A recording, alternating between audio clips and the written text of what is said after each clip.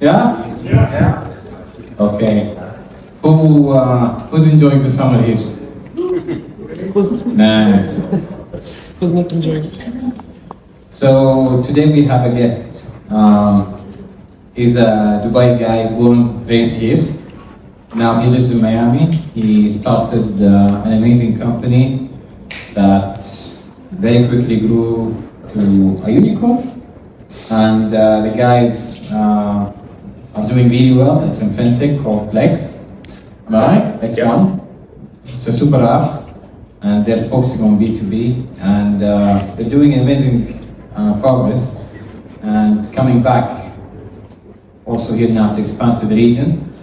But Zaid also is a partner in a venture capital fund for 305 Ventures. You know, we always speak that the best investors are entrepreneurs, and I really do believe in that. So we're gonna keep it nice, informative. You can ask questions. He's gonna just do a little bit of an introduction about himself and his journey, and then we can just do Q&A. But he's a very interesting guy, but he's very humble as well, you know? So you need to crack that humbleness a little bit to get beneath the surface with your questions. Awesome. Thank you. Yeah, this is such a kind of a random experience for me, to be honest. So I'll tell you the story here first. A friend of ours, mutual friend, Saud, invited me to dinner on Wednesday. And I sit next to him and he's like, hey, we ended up talking for like an hour or something like that. And he's like, yeah, can you like come and talk to a few entrepreneurs in Dubai? I was like, sure.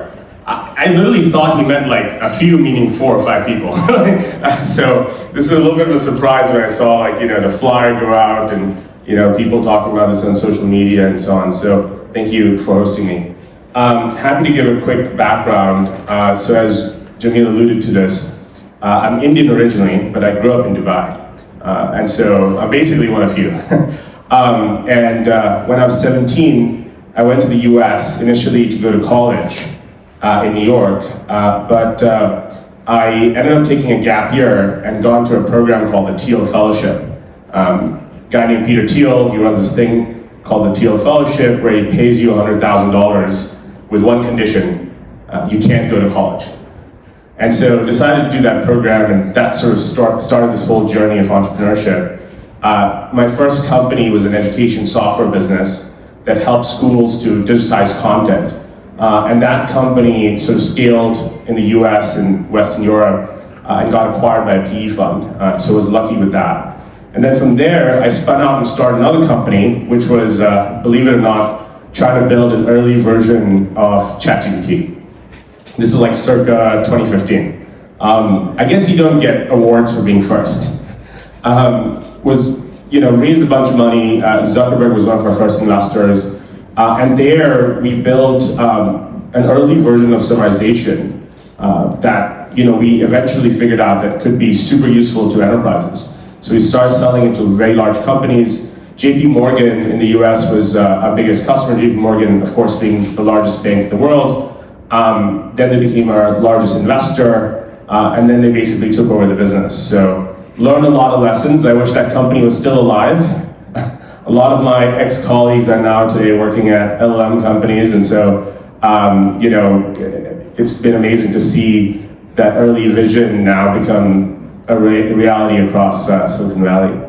And then from there, I started investing a ton. Was angel investing along the way.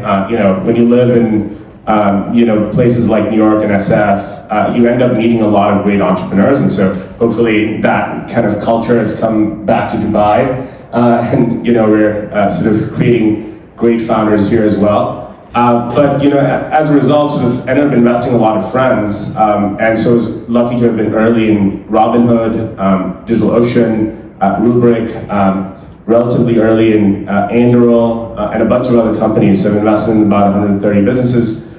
Me and another Thiel fellow, a guy named Joey Levy, he and I banded together and started a fund called 305 Ventures, which invests in early stage companies, check sizes as small as 50,000 to as large as 2 million, really at the earliest stages of company building. And from there, still had the entrepreneurial itch, and so I decided to get back in the founder seat. And at 305, we incubate companies, and so Joey started a sports gaming business with YouTuber Jake Paul called Better, and I decided to start Flex, which is a fintech business. And so the backstory of Flex is, a lot of you run businesses, and you all probably resonate with the statement that running a business is really freaking hard. And the common denominator that most of you probably experience is that finance generally sucks. And so there are kind of two elements there. So the first element is, if you think about the finance back office, it's not just a bank account. It's 15 different things, and each thing happens to be a different solution. Each solution tends to be a different billion-dollar company. And so the question we asked is, why hasn't anyone built a compound startup to bring all of these different pieces together into a single solution? The other thing that we realized was that working capital, like if you need capital to start your business, or you need capital even as a small business, you need capital for inventory, you need capital for advertising, there isn't really a good solution for it. In fact, short duration capital anywhere in the world is still not a solved problem, even in the US. And so realize that there's a huge opportunity there, and sort of pick this market of small and medium-sized companies. So companies as small as a single founder to as large as maybe $50, $60 million in revenue that are very underserved. The banks don't really give you capital, and as I said earlier, the back office is highly cumbersome. So what we have built is a finance platform that brings all the financial services and all the financial software that a business needs into a singular solution. All the way from the time an entrepreneur makes money through revenue to the time they spend it personally, living in a single wallet. So think bank accounts, credit cards, expense and spend management, automating invoicing, automating bill pay, financing your bill pay, insurance for your business, and even a credit card for your personal life, all in one solution. The thing that has allowed us to grow really fast, as Jamil alluded to, is our credit card business. So we offer 60-day terms on every single transaction. So you get 2 months of 0% interest on every single expense that your business makes. And so that's been a huge winner. I mean, if any of you come from a SMB background, imagine you're in construction or e-commerce, or you run a restaurant. You need to spend money up front in order to make that money back. Well, who's funding you for those first few weeks? Enter Flex. And so we launched only about a year ago, and by the end of the year, we'll be doing about $1.5 billion in credit card volume. So grown really, really fast. As a result, raised $120 million last year, actually closing another $220 million this summer, and so things are going really well from that standpoint. So yeah.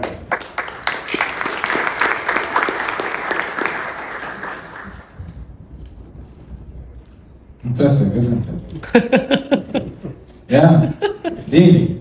So before we start with the Q&A, who's familiar with Peter Thiel? Yeah? Anybody doesn't know Peter Thiel? Hands up? No?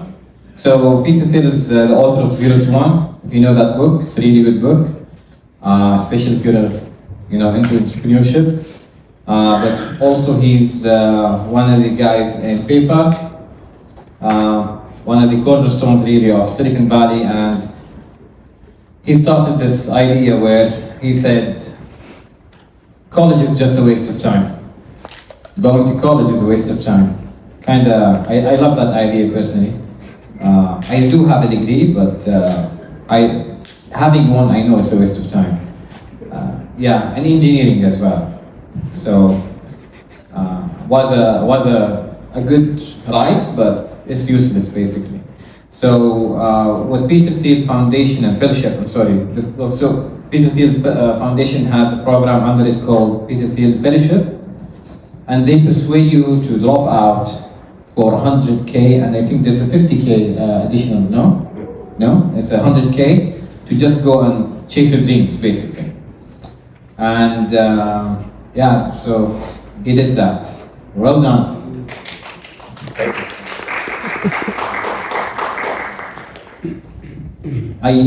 I actually hope that one day being an entrepreneur in this part of the world is not judged by which degree you have or which job you had. Because right now, people look at your CV before they found you here. This is one thing that didn't change yet.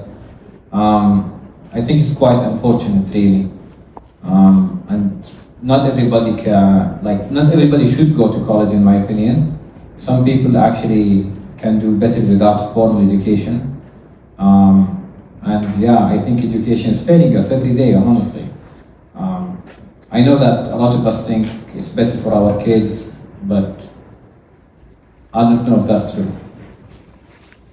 So that's just me. But let's start with questions. Anybody want to ask anything to Zaid here? No? Okay, thank you everyone. Have a good evening. Here you go. I can do it without. No, wait. Thank you so much. My name is Mike. Pleasure to meet you. I have a couple of questions, but I usually have many questions. But as for now, I just want to understand me like a financial guy. Come on. Everybody has a question. Comes here. Okay, thank you so much. Nice to meet you. Nice to meet you. So, good evening, everyone. Somebody knows me, somebody not, but I'm Mike. So, me, I'm a financial guy. I had started one of the largest POS system in European Union. So I deeply understood what is the speeches about liquidity and so on and so on. And for me, it is a very interesting question how you are covering the risk, giving the loans for the business for 60 days. Yep. I mean, it's kind of huge due diligence needs to be made before. Yeah, that's a great question. So basically you're asking, how are we giving you free money for 2 months and making sure that you pay us back? But it is a pretty complicated question. Well, it turns out, in the US you have a pretty great credit system. So there's a lot of data that's available on businesses. And that slowly is coming to this region too, in India, and European Union is also pretty good. So I'll give the US answer and then I'll explain potentially like how you could do this in other regions. And so our kind of philosophy is that we want to work with 3 types of companies. Companies that are great, run by great operators, doing business with great companies. Okay? So let me break that down. So the first is, what is a great company? Well, a great company is profitable, oftentimes, right? It tends to have margins that are predictable, right? Cash flows tend to flow per forecast. You can see a trend line over the next 6 months and 12 months and 18 months. So, I met an individual here who's running a travel business. If I look at his last 6 months, I can maybe predict what his next 6 months is going to be like, right? And so we go pretty deep in terms of data. We use a service called Plaid to get access to your bank account that you're currently using. And then from that, we can go deeper and pull transactions going back 2 to 3 years. And then based on that, we have built a data science model that infers a cash flow statement and then has a bunch of sort of algorithmic kind of logic of like, hey, if inflows is X and outflows is Y, what is the actual free cash flow margin of this business? And therefore, how much credit can it really sustain, right? Then comes the operator, right? The individual running the business is really, really important, right? And so in the US, you have a credit score. So we do look at the individual's credit score. And so this might be not relevant to folks in Dubai, but like basically we work with the best credit score individuals, what we call super prime individuals. And so a lot of businesses out there will give credit to anybody. But oftentimes, if you're running a great business, your own individual background is great. And then the US credit score is very unbiased. Like if you're late to pay your utility bill 1 month, that is recorded in the system, right? And so it tells us how responsible is the management of this company, right? And then we do deep background checks on the individuals, trying to understand, will they ever pulled over by, the traffic cops? Did they ever, get into litigation? Were they ever evicted for rent? Right? Like, there's a lot of stuff that we can figure out. By the way, we figured this out in like 20 seconds. Right? We have a ton of access to a lot of different databases. And then finally, we try to work with companies that are doing business with other great companies, right? So the counterparty risk, as we call it. So for example, if you're a consulting company here in Dubai, and your clients are MRR and DMAC and Emirates Airline, well, the risk there is much, much lower of not getting paid. However, if, let's say like, I don't know, I'm your client, right? And nobody really knows who I am, then it's harder to underwrite the counterparty risk there. And so we come up with a score based on the quality of counterparties. And so a combination of these things allows us to really evaluate the business. And so very proud to say that our loss rate today is less than 0.2%. That's significant amount. So, is there anybody who has more important questions than me now? No? Just continue in this case. Yes. Finish the question. Ask the question. So, was that helpful? Like, I try to personalize it even more. Yeah, it's much helpful. As for our business, what we are doing compliance solution for different central banks all over the globe to regulate cryptocurrency markets. So for me, it is personal interest because we are also calculating different type of risk scoring models per client, per customer, based on his anti-money laundering rules and so on and so on. That is why I'm asking. And this model, what you have now, can you scale it, for example, here? Yeah, that's the goal. How? Because there is no, for example, credit history of the American citizen is much more, like you said, much more trustable. We can say that, right? Yeah. Much more trustable and much more relevant than, for example, in many other countries, because mostly it is not the American dream based on the risk calculation, right? So how it could be possible? Yeah, no, absolutely. So I think some of those principles are very US or Western Europe centric because the reality is that data around the credit markets is still very limited outside the Western world. So it's a huge opportunity to really invest in credit scores and those types of things if you're thinking about startup ideas.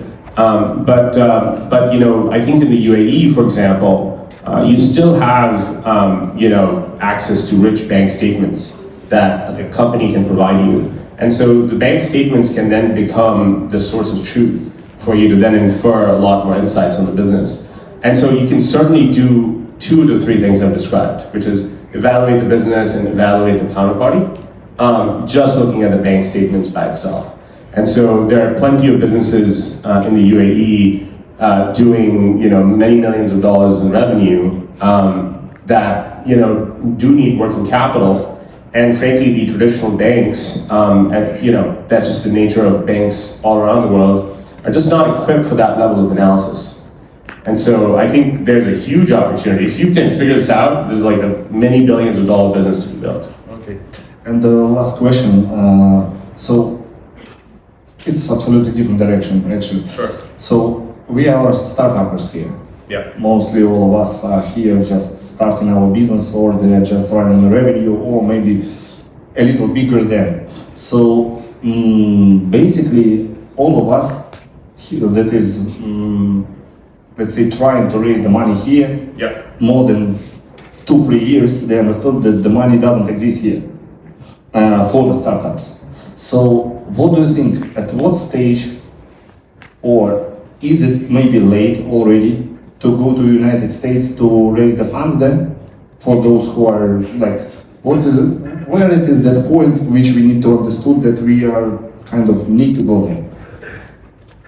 Yeah, it's a tough question because, the reality is that, let me zoom out for a second. Fundraising is hard everywhere. It's hard I used to live in Silicon Valley. I lived there for 7 or 8 years. And it was still hard there. I mean, I've gotten, if I go to my inbox, I probably have more than 500 investor rejections. Maybe more than that, to be honest. So like, it's like totally normal to like struggle with fundraising, you know? And then, by the way, at some point, it is a numbers game. Like, are you willing to be rejected 500 times, 1,000 times, right? And so I think that's kind of the main kind of first principles problem. But then I think the problem in the UAE is that you perhaps don't have 1,000 investors that you can pitch, right? And so I think, you know, the US investors are definitely looking for opportunities globally. And so I think doing some level of networking once or twice a year with US VCs or VCs in London might not be a bad idea. I think one way to sort of bridge that gap is getting involved in an accelerator or an incubator like YC. If you're in YC, you'll automatically, you know, rise to the top. There are plenty of YC companies from Pakistan and Bangladesh and like, you know, Nigeria that have raised top dollars. And so it's not that, you know, investors don't want to invest in these regions. It's just, but ultimately, you know, I'll say what the YC founder says. Just build a good business. Okay, and last question. Love it. It's really last question, really. What is the magical recipe? How to raise? Just give us some advices, please, if it is possible, of course. Yeah, that's I think this question is totally valid. Like, how do you raise? So, actually, quick survey. How many people here have raised dollars from VCs or angel investors? Okay. How many of you raised from like sophisticated VCs? Okay. So I think the reality is that, you know, raising from friends and family is a little bit different than raising from really sophisticated institutional investors. I think the first goal of your business should be to get it going, right? So if you need a little bit of capital to get going, then just do whatever you have to get just enough dollars in the door and to just, you know, launch. But once you've launched, I think there are ways to think about, you know, your first seed round. There are plenty of sophisticated investors that are hungry for deals globally, that are looking for the right entrepreneurs. But oftentimes, entrepreneurs come in with the wrong pitch because they haven't fundamentally understood what VCs are looking for. I mean, the reality is that VCs are looking for $10 billion outcomes, right? So you need to build a business that can become that big. And so that'll eliminate a lot of ideas, right? Second, you need to be sort of building for sort of solving the core risks. There are only really 3 risks. There's execution risk, market risk, and technical risk. Execution risk is, you know, can this team build it? Market risk is, will anyone buy it? Technical risk is this even technically feasible, right? Like, you know, let's say I'm Elon Musk and I come up with the idea that, hey, I want to build a rocket that's going to cost 90% cheaper to launch satellites. The market risk of that is very low. Like, if you can reduce the cost of satellite launches by 90%, there are a lot of, you know, huge clients that will get that. The technical risk and execution risk is really, really high. And so what have you done to demonstrate sort of reducing those 3 risks, basically? And if you've done that and your recipe, your sort of target is to build a $10 billion company, I think there are plenty of investors who want to invest. And now the last question. It is a joke. You had a question? Yeah, okay, I have a quick one. Okay. So you said Thank you were... Let's become a moderator. Okay, so you said you were part of the Thiel fellowship, right? So, Yeah. Can you use microphone, please? Oh, sorry. You said you were part of the Thiel fellowship, so I was wondering, what are some learnings you got from there that you ended up implementing to Flex? Yeah. So I think the Thiel Fellowship is unique that there is actually no curriculum in the Thiel Fellowship. So Peter Thiel, I guess he's relatively eccentric, will choose you, his team will choose you to sort of become a fellow, but they don't tell you what to do after you become a Thiel Fellow. And so actually the biggest surprise of the Thiel Fellowship for me was, it wasn't like a school or like, they sat you down and like, here's how to build a company. Module number 1, right? It was just sort of like, all right, now you're a Thiel Fellow, go figure it out, right? What they did, however, provide was a great community. And so amazing entrepreneurs, there are about 300 Thiel Fellows, 6 or 7 of them now are billionaires, right? Founder of Ethereum, Thiel Fellow, founder of Figma, Thiel Fellow, founder of Loom, Thiel Fellow. Quite a few of these sort of amazing entrepreneurs have come from that program. My classmate was actually Vitalik, who started Ethereum. So like, in some ways, like I'm the least successful Thiel Fellow out there. And so I think the biggest learning really was, you are who you surround yourself with, right? And so if you surround yourself with, folks that are going and building companies like Figma and Loom and other amazing companies, you sort of ask yourself, how can I sort of top that in a way, right? And so I think the peer pressure was actually the most helpful thing of the Thiel Fellowship.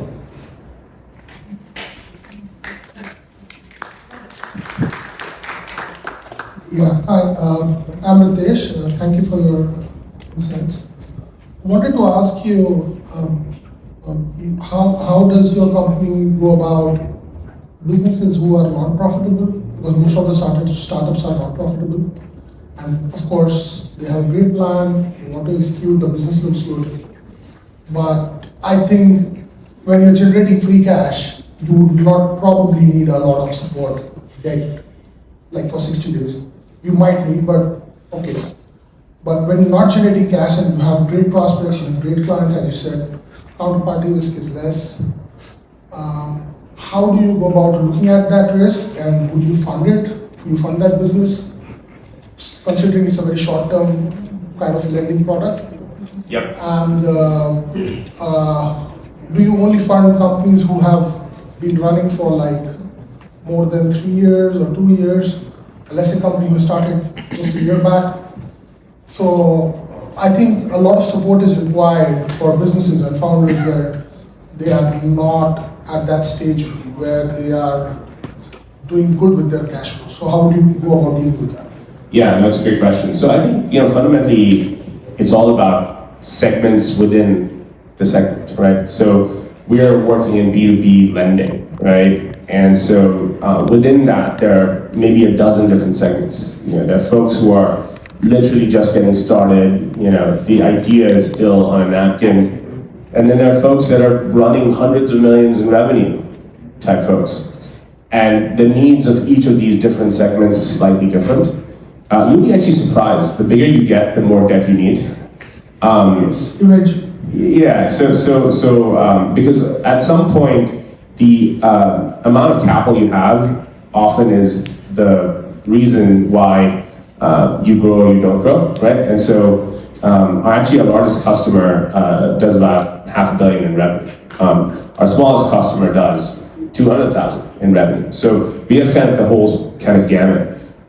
That being said, I think within the sort of new company space, that obviously startups, they're small businesses, and we think of them slightly differently.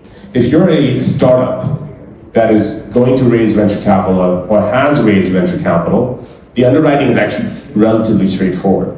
So if you have raised capital from a VC, we're underwriting the VC, and we're underwriting what is your monthly burn. If you're burning, let's say you raise $1 million, you're burning 100K, you have 10 months, great, let's give you maybe 2 months worth of capital, right? If you're a small business, on the other hand, that is a very, very risky segment.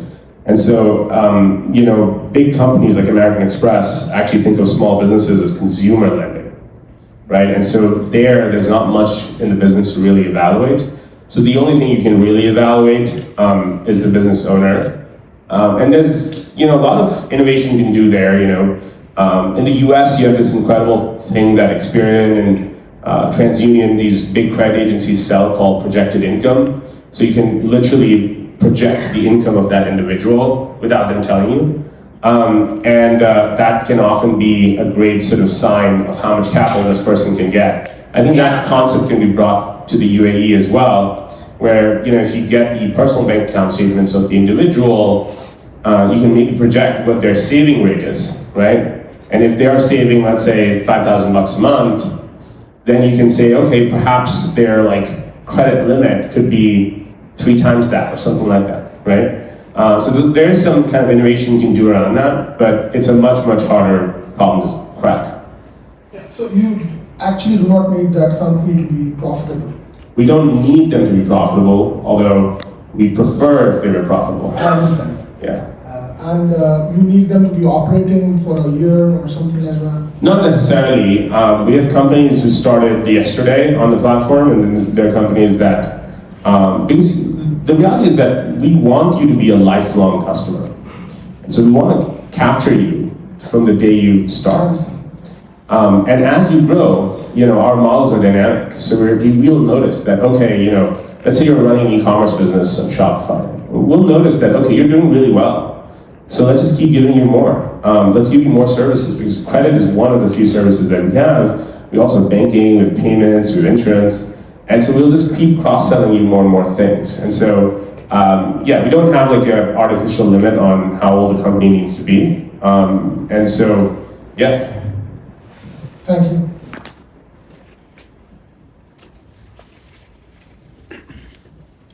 So hi, my name is Sahil. Just a brief about us, we are first-time founders, me and my friend, and we are trying to build a fintech travel app. One advice from you, again, in terms of fundraising, since we are first-time founders, young, usually we get shot down, and especially in a space like fintech, even when you try to put in your own money or bootstrap, it's significantly a really large amount of money to even start. What would be your advice for us to raise capital, or how could we really tackle this? Especially you started at a very young age, so what would be your advice to that? How long have you been working on this idea? On this idea, conceptually a couple of months, but properly execution-wise 3 months. Got it. Yeah, prepared to be shot down for another 2 years. Not the advice you want, but it's a reality. Look, I'll tell you something. Startups is literally not a game of how brilliant you are. Startups is a game of persistence. Can you be persistent for 2 years? But then how would you execute and prove an MVP?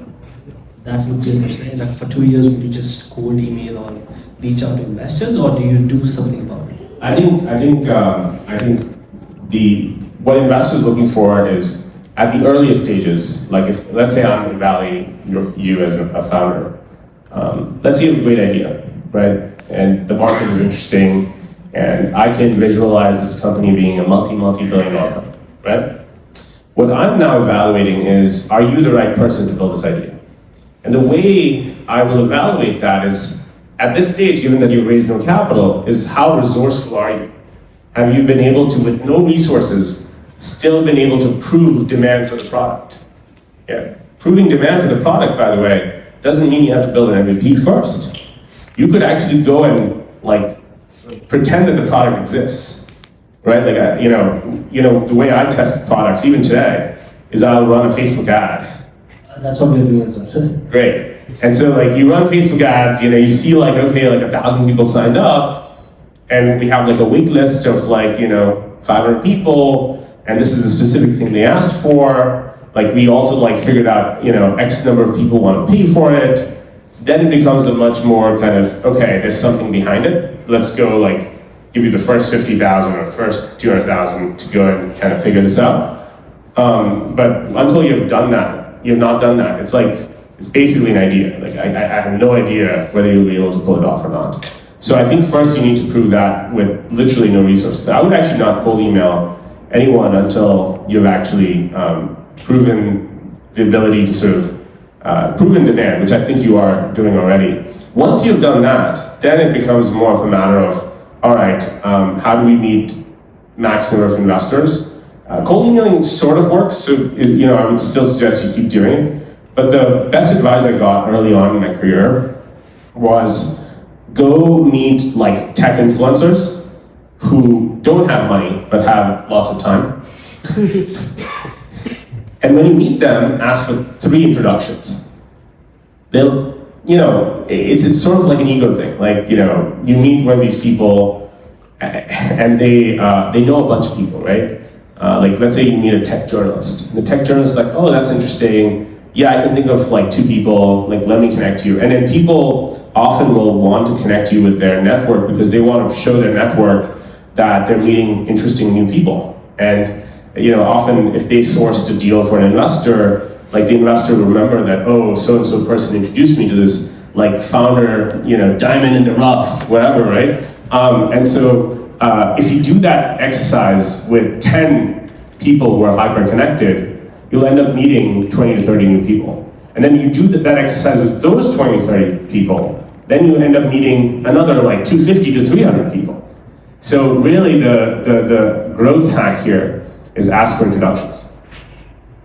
Yeah, that helps. Second question is, since you're building in the fintech and the banking space, and I think if I'm not wrong, you guys are planning to come to this region, what is the biggest challenge for you in terms of regulations and compliance, and compared to US or EU or the UK and UAE? Because generally over here they are becoming a little bit more resistant towards fintech startups. Like the regulations are becoming much more I would say difficult to get through in compared to probably these other countries.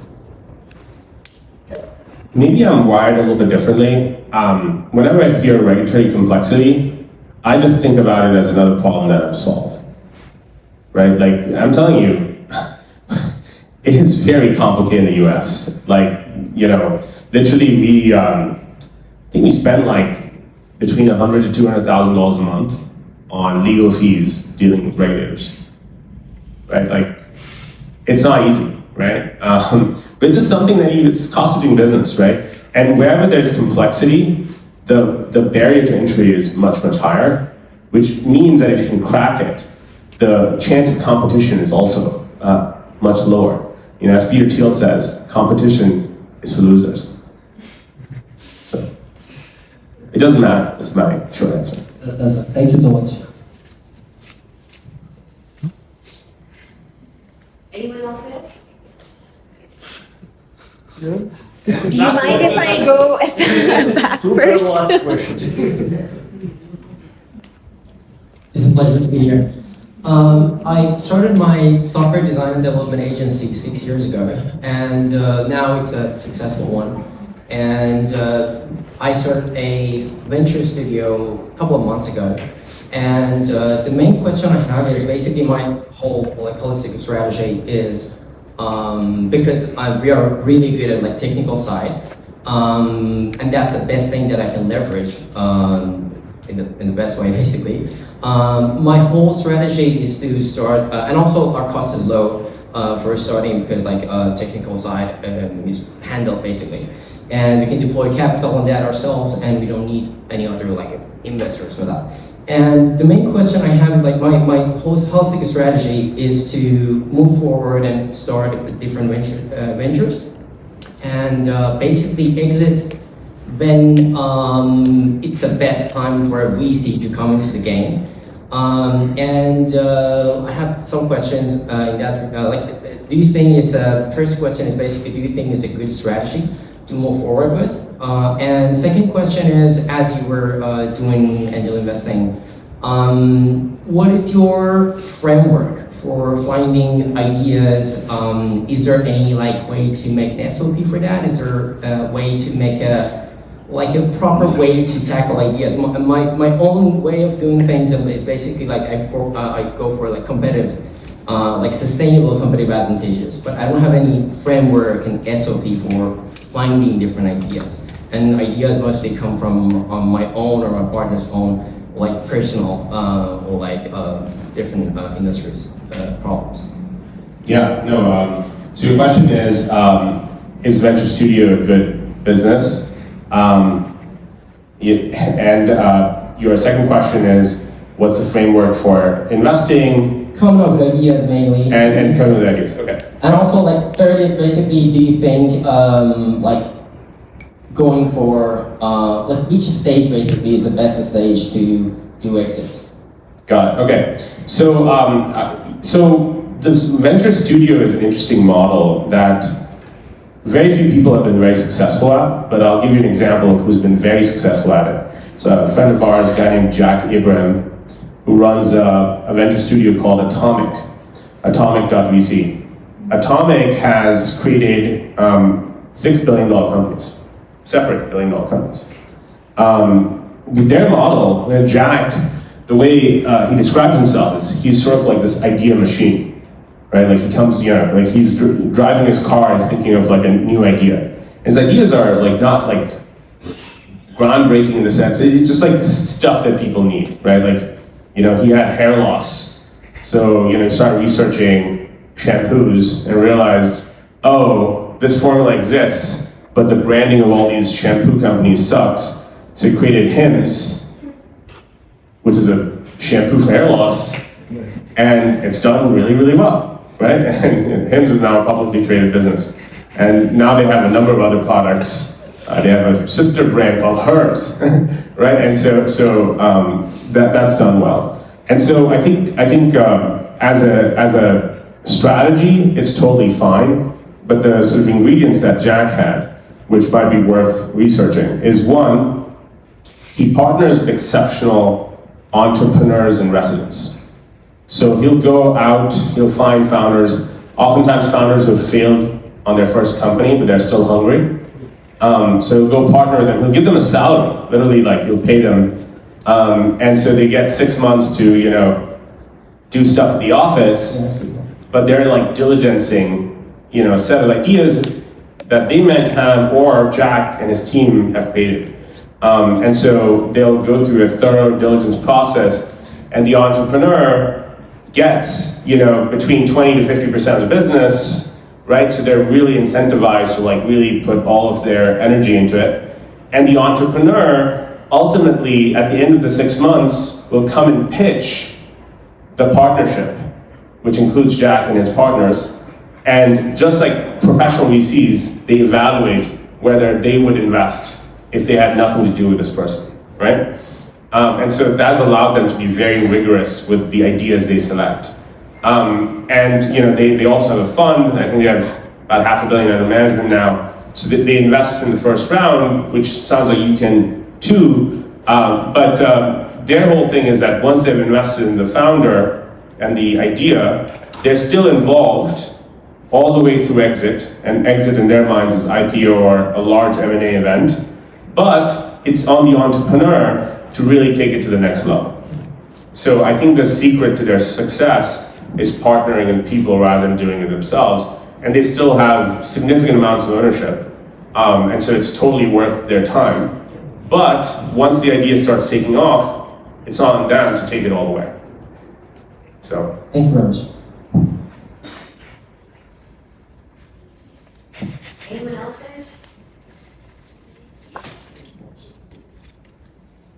Hi, my name is Am. I will bring you back to when you actually had that gap year. So how did you take that decision that, I will continue entrepreneurship and I will not continue studies? And the second question actually, when you jump to startups from an early career, you always have this doubt, did I take my full professional experience? So what's the right time to jump in the startup? I believe that there will be gaps, but maybe at a certain point of experience, you can remove these challenges which you will have in leadership or certain knowledge. And I have the third question, I'm sorry. When you jump to startups, you get to read a lot. Especially I'm coming from an engineering background, working in fintech, I need to understand what finance is. So at a certain point, there's a lot of knowledge which becomes noise, and at a certain point you need to focus your energy on something. So when do you know that, yeah, I shouldn't know this, it's not that important, or I should know everything? Yeah, great question. So I guess the first question was, how did I make the decision to drop out of college or take a gap year? Well, it was easy. I hated studying. So it was a super easy decision. I hate the notion of, just like you alluded to in your third question, like, is this piece of knowledge really that important, right? And so I was one of these people who never loved studying for the sake of studying, but I was very curious, and so as I was solving problems, I would always come across interesting things, and that's how I learned most of what I know. And so I think that was the easiest decision. And also I think there's something about that decision that's pretty reversible. Like, worst case scenario, like, what's the worst that's gonna happen? Well, you go back to college. Right? Like, it's not really that bad. I mean, yeah, you have like 1 or 2 years delayed. Like, is that really that bad? And if you're very intentional about those first year or 2 years, and don't waste it, partying and hanging out with friends and all of that, you could do a lot of damage, right? And I generally believe starting a company is like getting an MBA, PhD, whatever you want to call it, and it's probably going to be the best way for you to learn the most. Your second question was, remind me what your second question was? I forgot actually. Yeah. So okay. So I guess your question was, when you're studying something, because starting a company, obviously you don't know everything, right? Like, you don't know what safe documents are. You don't know what most favored nation clauses and legal agreements are. Like, you don't know all these things. Like, does it really matter to go and study every single thing? I would say to that, you should have a high degree of curiosity, and you need to follow the right people on social media.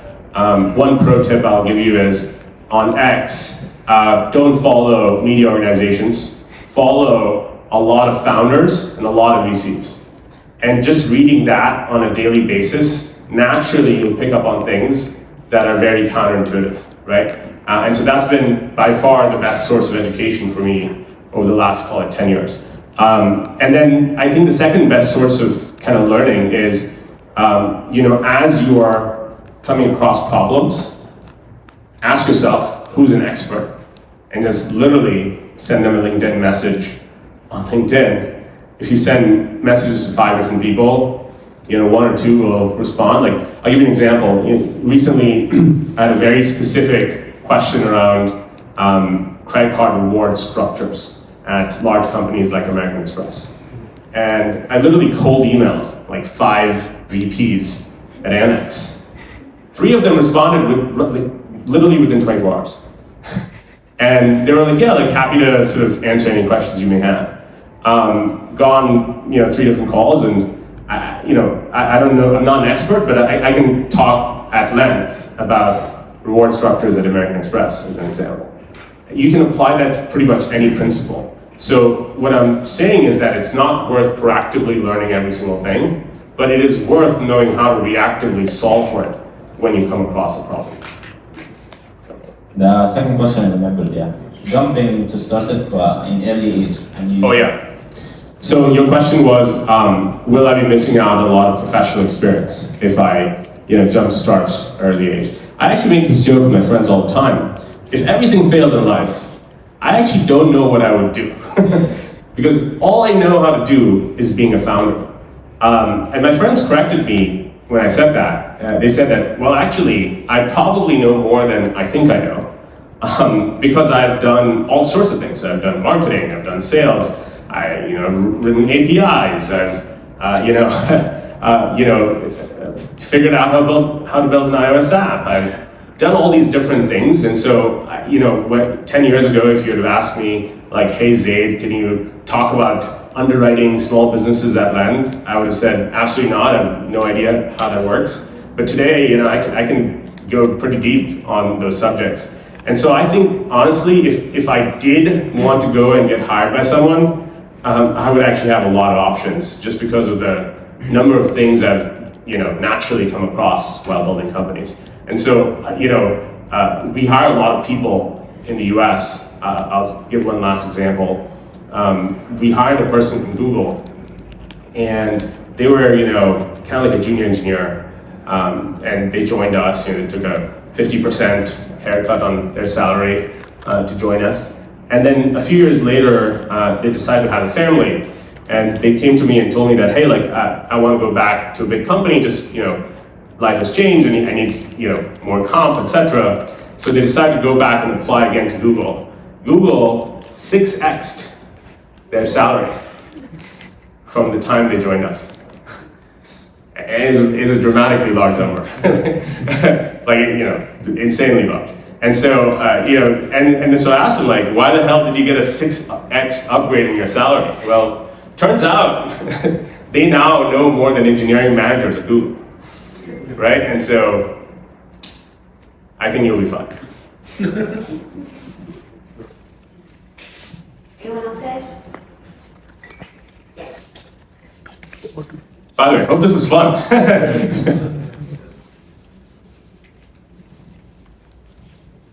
Hey Zaid, this is Junaid.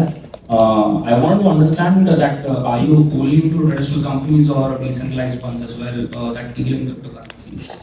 So this is the first question, and I'll follow up with a few more questions after that. From an investing perspective or from Flex's perspective? From the banking perspective for Flex. Yeah, we work with crypto companies. Okay, so how's the model for crypto companies? Because their entire revenue is on chain and wallets, so the credit core system is not applicable over there, and the entire framework that you have in place is more or less for the traditional banking system. Yeah, no, I think we haven't onboarded true DAOs, if that's your question, truly decentralized companies that have no sort of fiat governance. We do, just from a regulatory perspective, do need to onboard entities, and the entities happen to need to have a tax ID in the US. So we have instances where the founder is actually based in Dubai, but they've created a US entity, which you can do online in 10 minutes. And we've onboarded the US entity, even though the founder or the company is not really operating in the US. And so in the crypto context, that's the same. However, I think from a regulatory perspective, it'll be quite hard to work with a company that truly is decentralized from just from a central banking perspective. However, from an underwriting standpoint, there's a lot of data on the blockchain that you could theoretically create models for. If anything, the data is actually much more transparent in some ways, and so you can actually suss out fraud and those types of things much more quickly, but we haven't specialized in that yet. For us, it's a use case in which we need to have money on both sides, which is the crypto side of things and the fiat side of things. We allow people to make expenditures in fiat or crypto or wherever they want. So the model that you have in your Flex platform, which is providing approximately 3.6% to the cash in account, which is again subject to risks, and this is covered with a 3 million insurance, as I am supposed. So for us, it would be a use case in which we have made revenue, we have grown to an MRR of $250,000, and which is a significant on-chain portion which is spread across wallets, and it's controlled by 4 or 5 entities. It is not a decentralized autonomous organization. It's not a DAO. For us, what would be the process to engage with you? Yeah, I have to understand a little bit more. So let's talk offline and figure that out. Sure, thank you. Anyone else, guys?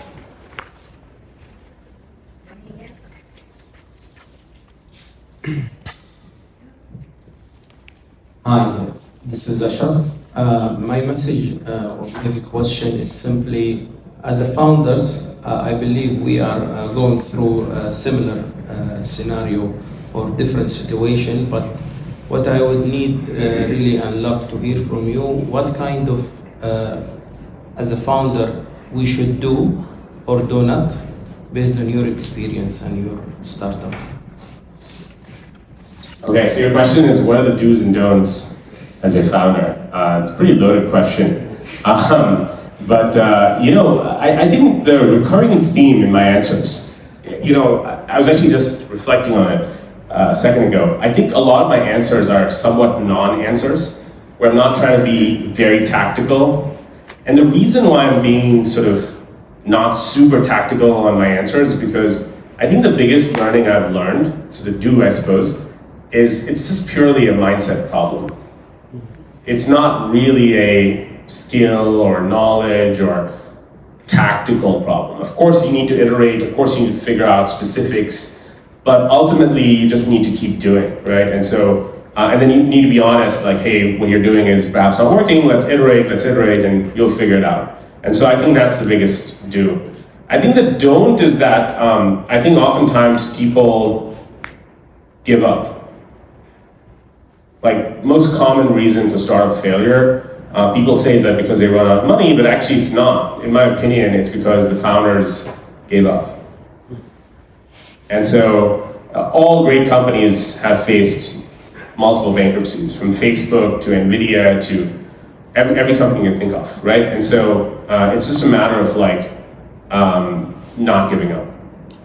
That's my kind of simple answer to your question. I can go into a lot more specifics if you want, but yeah. Are you asking? Yeah, I wanna. First time. How to deal with your existing investors if they attack you, if they ask you to give money back, if they ask you to give them more, whatever, in another country, equity or so on. How you deal with this? How do not give money back? Okay. If you know solution. Okay, well, the easiest solution to that problem, by the way, is incorporate your business in Delaware, United States of America. You'll be protected from any, annoying investor out there. And I do actually think that I'll answer your question in a second, but I do think that's really important to structurally set up the company in the right way. Because oftentimes, I don't know where Dubai is from a regulatory perspective, but as a foreign investor, we do look at how good is the structural elements of the business. And so I think it's not worth innovating. There are like 2 or 3 hubs. Just do what everyone has done. Don't spend 100,000 dirhams on local lawyers trying to figure this out. Just do what everyone does. You can go on Stripe Atlas and create an account in 5 minutes, as an example. But to answer your question, I think it depends on your situation. Like if your legal is not great, then you could be in a lot of trouble. No, I mean in general, like how you working with investors? How you? Yeah, I think the applicable lesson there that might be more broadly applicable is investor communication. So people think that getting the investor is 100% of the problem. Actually, that's like 1% of the problem.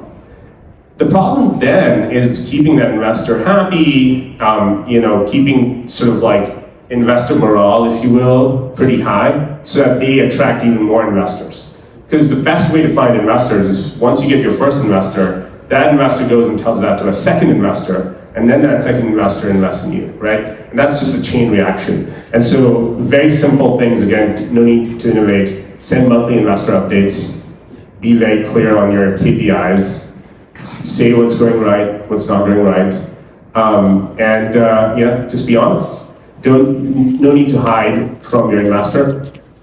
Ideally, your investor is someone who's diversified and has multiple bets, and so even if the company fails, it's not going to be like the worst case scenario for their personal finances. But I think investor comms is super duper important. So I would say just communicate often. And yes, there's a saying, bad news travels faster than good news. I have 2 questions. So the first question is about, I'm coming from PE background, private equity background, where we invest in a bigger company. You buy the bigger company, you turn it around and you sell it, right? And what I've seen a lot of success by doing that, right? But now looking at the VC sector, moving into VC funding sector, I'm surprised that smaller team that has less resources are actually very successful, and actually they can beat the big companies who have stronger team, you believe, like Ivy League team with like way much more technical capabilities, capital, and other like potential like partnership resources. Can you explain why this is the case? This is the first question. The second question, as I guess like some of our friends asked about, talked about the imposter syndrome, right? Like you believe that you're going to somewhere where maybe like others have more capability, more experience in that. How you can manage your mindset in regards to that? Thank you. Yeah, awesome questions. The first question really was, why is it that small teams win, against much larger teams? And I think, that's actually like a question that I've learned the hard way. Because I, early on as a founder used to think that, it'd be so amazing if I could have, hundreds of employees. And then I've come to the conclusion that actually smaller teams win. And the reason for that is, A, the lesser the number of people, the less I need to communicate a decision. B, it is easier to find alignment, across people. C, you tend to have, lesser processes. So, in a PE scenario, especially if they're Ivy League teammates, you tend to like learn the management consulting way, which is, let's come up with a framework, come up with a process, do a SWOT analysis, and then we're gonna go through a trial and error period and come up with a conviction. In the startup context, the founder of Coinbase says this. Oftentimes just doing something is better than doing nothing, right? You may be struggling with a very kind of complicated problem, or you may be at the brink of running out of money. But sometimes just doing stuff, often leads to results, and you can't do that if you have a ton of processes. So I'm a huge believer in as few processes as possible. Which like includes stuff like, having bloated HR teams, right? Having bloated finance back office teams, right? You just need the ability to make decisions rapidly. And the more people you have, the more inherent politics you need to deal with. And that's not like a cultural thing. It's just like the more people, the more feelings that you need to sort of kind of protect, the more you need to think about what they're thinking about and so on and so forth. And so I think that's why smaller teams tend to win. What was your second question again? Oh, imposter syndrome, right. I think, so in San Francisco, there was a period of time where I was actually pretty depressed. This is sort of early in my SF days. And so someone said that, hey, you should go to a therapist. So I was like, a therapist? They were like, yeah, no, it'll be good for you. Everybody does it, from LeBron James to Steve Jobs. I was like, okay. This person clearly knew how to convince me. So I went to the therapist, and they basically said that almost 100% of founders she talks to from a therapy context have imposter syndrome. It's human tendency. You don't think of yourself as that great. You tend to think of yourself as worse than you appear, right? And I think the way I overcame it is, rather than thinking about what others are thinking about me, just focus on the actual work and the output. And the work kind of speaks for itself.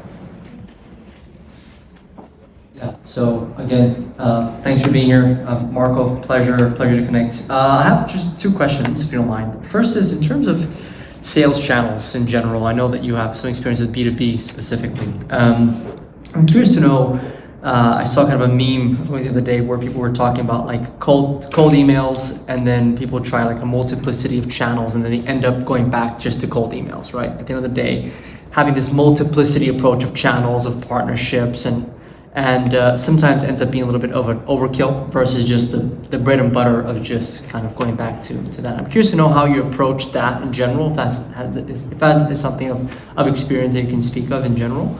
Yeah, and the second question actually is a bit more random, but just in terms of corporate governance, how at 305 you guys handle that from investor perspective. Yeah, I'm curious if there are, again, processes in this case you guys do. Thanks. Sure. I think, yeah, so the first question is around sales channels and like the effectiveness of cold emails versus developing additional kind of, yeah. So I think the short answer there is that you need to sort of, every business has unique go-to-markets, right? Because the end customer wants different things. The effectiveness of cold emails, I will say, has gone down over time, because even with you folks in the audience here, you probably get dozens of cold emails every day, every week. When was the last time you bought something purely from a cold email?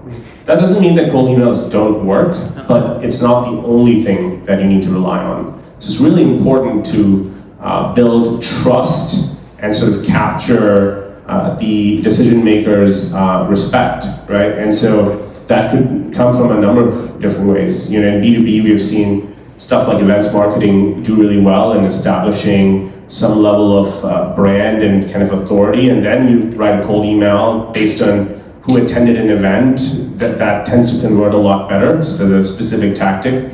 And then, you know, you can also do, you got to think about this in terms of like an omni-channel go-to-market strategy, right? So you need to have, you know, marketing, you need to have sort of, you know, brand awareness campaigns, you need to be doing stuff to cultivate your existing customer base, to evangelize you to other customers, so on and so forth. And so you got to think about this more holistically.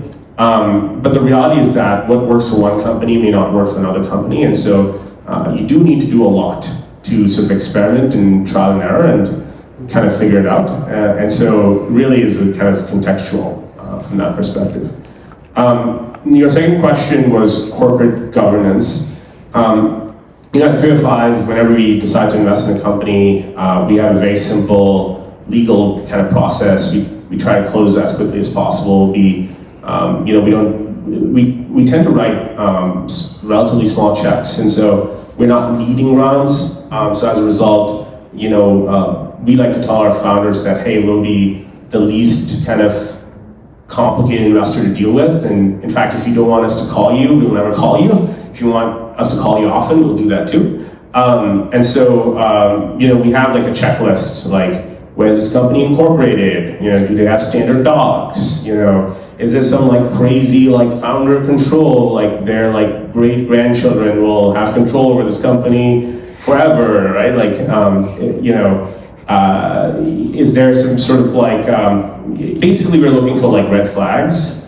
So the advice I give all founders, even founders who've already incorporated a company, but you know, still early on, that they can make changes quickly, is just don't innovate on this. Just do what everyone does.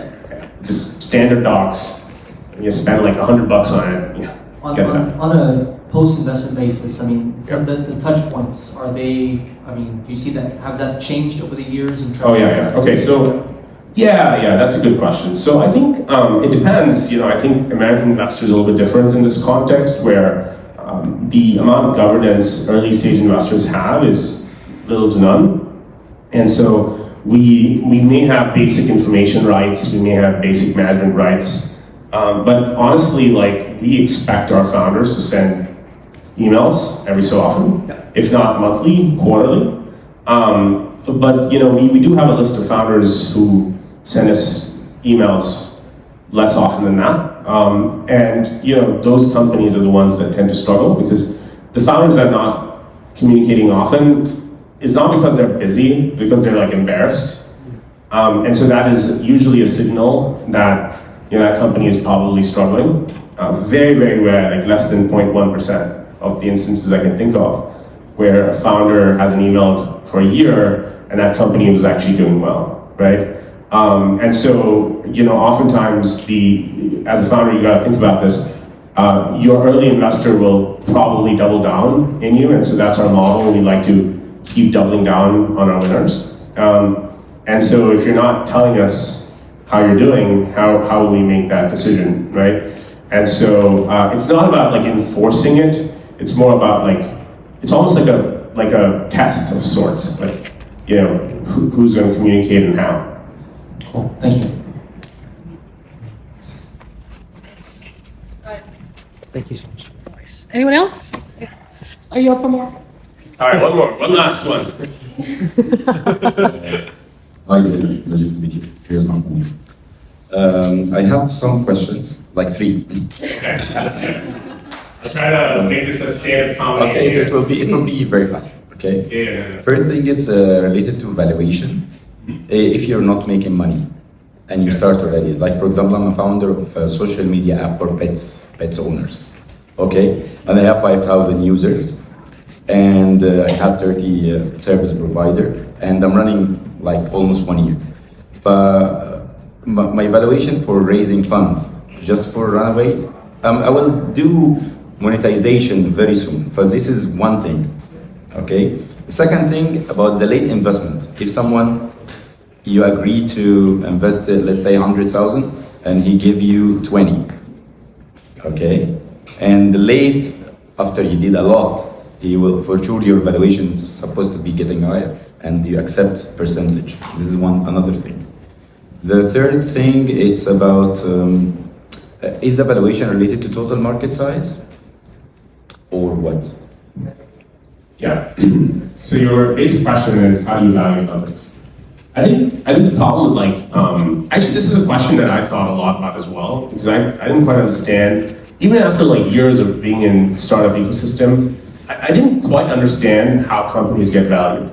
And to be honest, I still don't.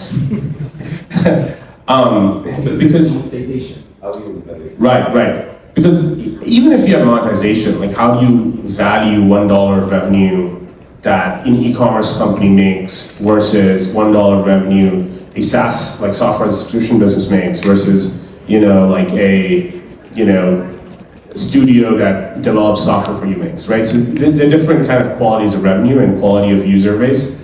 And so I think the first thing I would do in your context is try to understand, what is the stickiness of your user base, right? If the user base is quite sticky, then there will be lots of ways to monetize. In the social media context, right?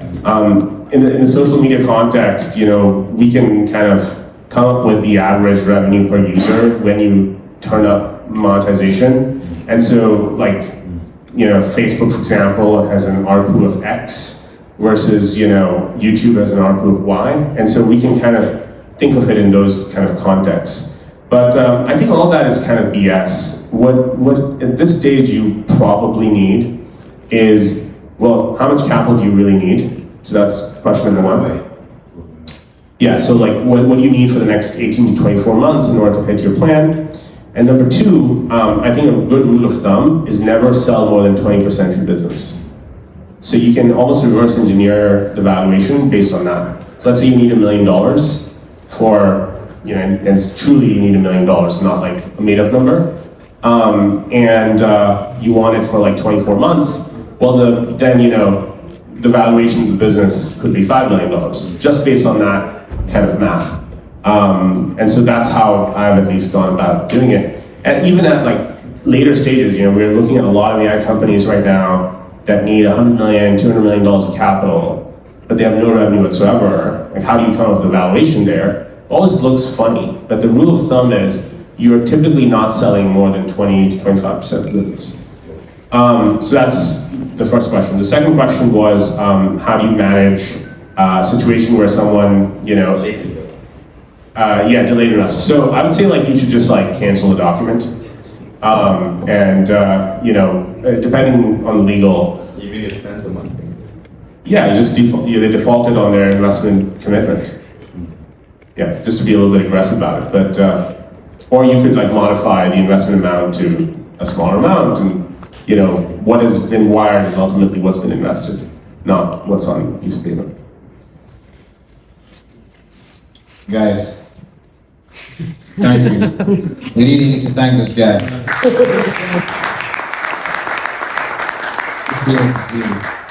I mean, he's here just for a week to see family, but he made time to actually come out with us here. We really appreciate that. So guys, they're gonna haunt you now as you're walking out, so I'm just warning you, okay? So if you want, just run.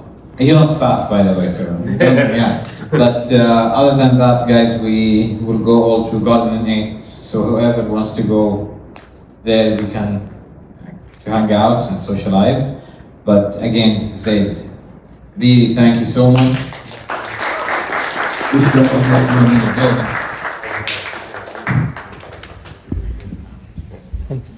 Awesome.